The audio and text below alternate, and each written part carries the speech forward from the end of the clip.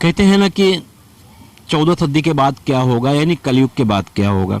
मतलब इस्लाम के हिसाब से अगर माने तो मोहम्मद साहब ने 14 सदी के बाद की भविष्यवाणी नहीं की है। कब क्या होगा मुझे पता नहीं है। इसी तरह से ये कलयुग है या 14 सदी समझ लीजिए। अब कब क्या होगा कुछ पता नहीं, किस नेता की क्या नेतागिरी रहेगी, देश किस तरफ जाएगा।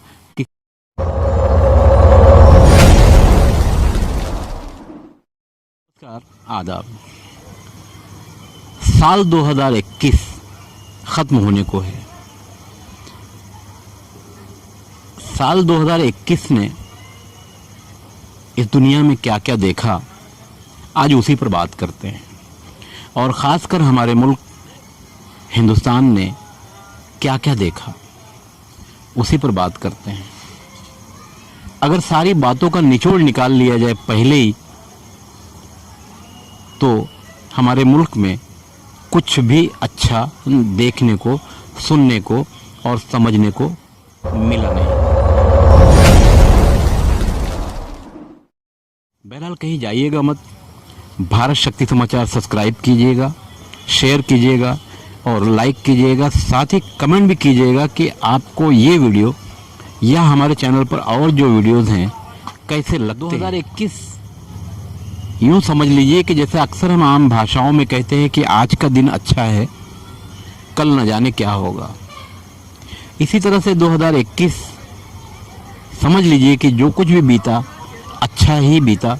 हालांकि अच्छा तो नहीं था, मगर ऐसी उम्मीद है कि आने वाला जो 2022 है 2021 से ख़राब ही होगा। यही उम्मीद मुझे भी है और कहीं ना कहीं हम सभी को है। 2021 का 370 दिन चलने वाला किसान आंदोलन अब ख़त्म हो चुका है।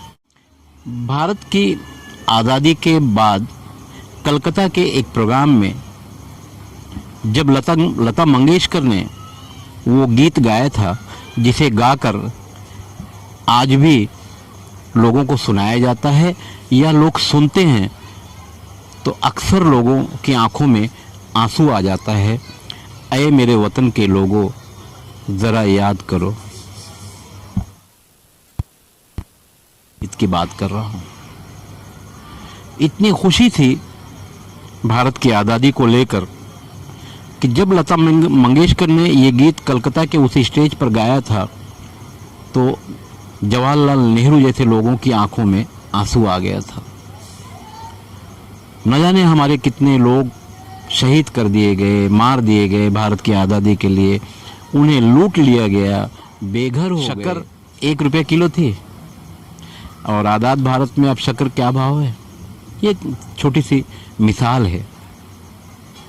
लोगों का ख्वाब था भारत की आज़ादी के लिए, भारत आज़ाद हुआ, वो दुनिया से गए, शहीद हुए, जो कुछ भी हुआ, सबका ख्वाब यही था कि भारत आज़ाद हो जाए।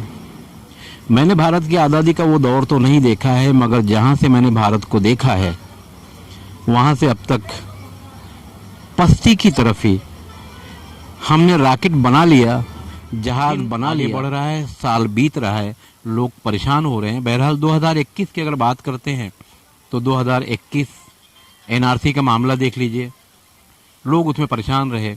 दिल्ली का दंगा देख लीजिए, लोगों की जानें गई, लोग जेल गए। किसान आंदोलन को ले लीजिए।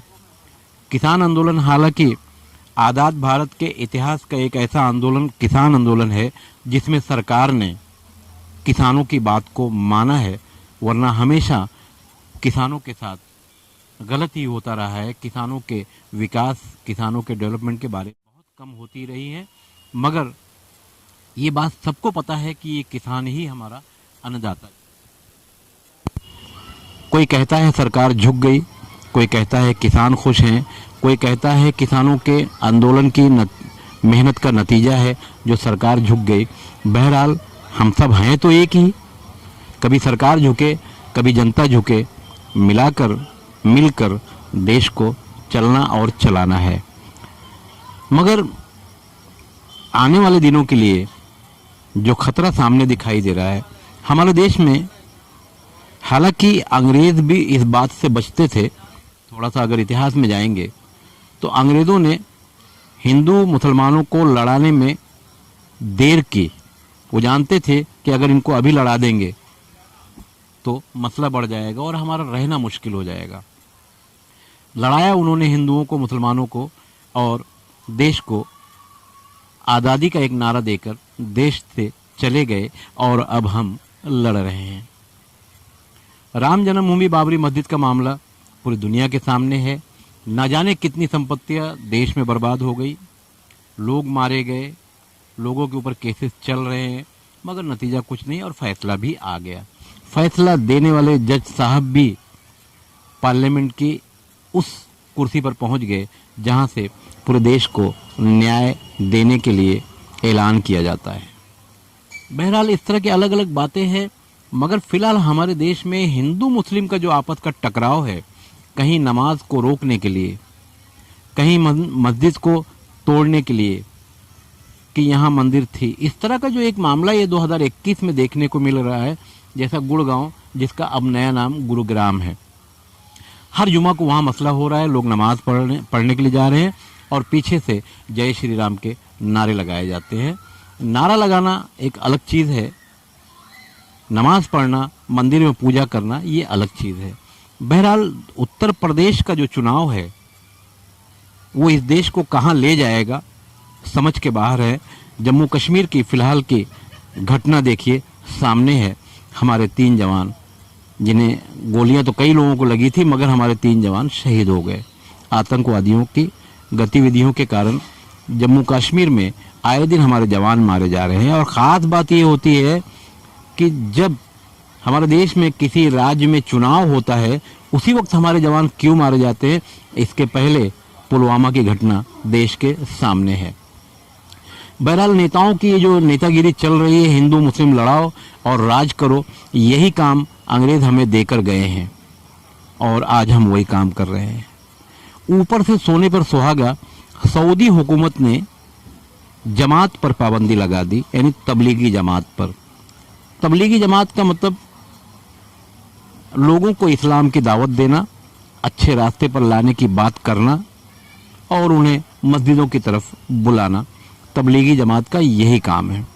हालांकि हर धर्म, इस धरती पर जितने भी धर्म है, अपने अपने हिसाब से लोग अपने अपने धर्म का प्रचार प्रसार लोगों से मिलना मिलाना कर। पर जब हिंदुस्तान में हिंदू मुस्लिम की आग लगी हुई है, नमाज को लेकर, मैदान को लेकर, मस्जिद को लेकर, ऐसे वक्त में सऊदी अरब ने जो पाबंदी लगाई है तबलीगी जमात पर, कहीं ना कहीं इस दुनिया के लिए एक नया शोषा खड़ा हो गया है और अब विरोधी और ताकत से विरोध करेंगे, जिसमें घी डालने का काम वसीम रिजवी उर्फ त्यागी, अब त्यागी बन चुके हैं, जैसे लोग करेंगे। बहरहाल कहते हैं ना कि 14 सदी के बाद क्या होगा, यानी कलयुग के बाद क्या होगा। मतलब इस्लाम के हिसाब से अगर माने तो मोहम्मद साहब ने 14 सदी के बाद की भविष्यवाणी नहीं की है। कब क्या होगा मुझे पता नहीं है। इसी तरह से ये कलयुग है या 14 सदी समझ लीजिए। अब कब क्या होगा कुछ पता नहीं, किस नेता की क्या नेतागिरी रहेगी, देश किस तरफ जाएगा, किसी को इससे कोई लेना देना नहीं है। हिंदू मुस्लिम का जो टकराव हमारे देश में बढ़ा है, इसी के कारण इन्वेस्टर भारत नहीं आते, क्योंकि उनकी संपत्ति यहाँ सेफ नहीं रहेगी। हिंदू मुस्लिम दंगे यहाँ हो जाते हैं, जैसा कि दुनिया देख रही है। और कांग्रेस के दौर में ये सब बहुत कुछ हुआ है, दंगे फसाद। तो इस तरह से कहीं ना कहीं हम पीछे जा रहे हैं। भारत जब अंग्रेज़ों के हाथ में था तो करीब 37% लोग इस देश में मालदार थे और अब 57% लोग मालदार हो चुके हैं और गरीब गरीब होता जा रहा है, अमीर अमीर यानी मालदार होता जा रहा है। तो कहीं ना कहीं इस देश के आम इंसान को जो गुलाम बनाने की कोशिश हो रही है, ये ख़तरनाक है। मैं सुल्तान कुरैशी के साथ खान फखर आलम।